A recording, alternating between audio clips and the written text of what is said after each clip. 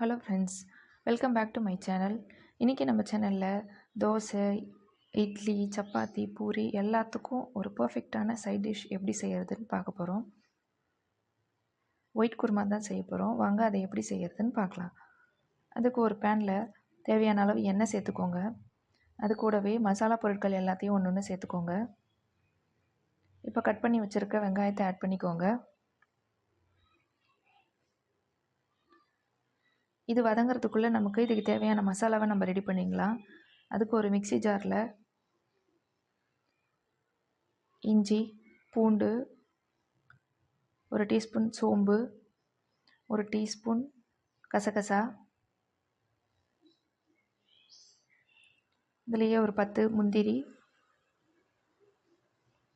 அதில் கொஞ்சமாக தேங்காய், ஒரு 2 டேபிள் ஸ்பூன் வறுகடலை, ஒரு 3 பச்சை மிளகா, இதெல்லாம் சேர்த்து நம்ம ஃபைன் பேஸ்ட்டாக அரைச்சி எடுத்துக்க போகிறோம். இப்போ வெங்காயம் நல்லா வதங்கின உடனே அதில் 2 கட் பண்ணி வச்சுருக்க தக்காளி ஆட் பண்ணி நல்லா வதக்கிக்கோங்க.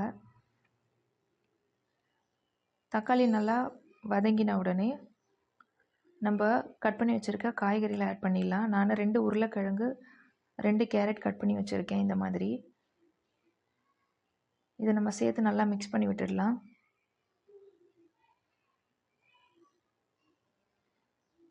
இப்போ இந்த காய் வேகிற அளவுக்கு தண்ணி சேர்த்துக்கோங்க. தண்ணி சேர்த்துட்டு தேவையான அளவு உப்பு ஆட் பண்ணிக்கலாம்.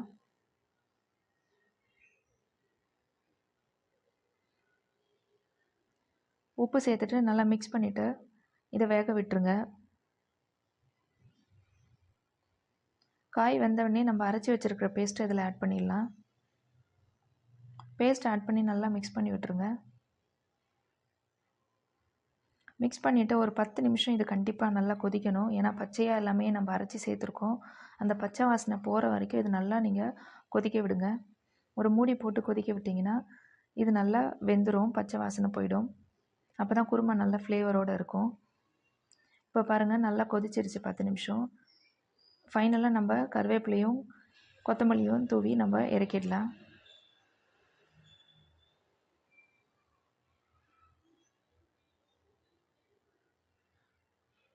இப்போ பாருங்கள், சூப்பரான ஒயிட் குருமா நமக்கு ரெடி ஆயிடுச்சு.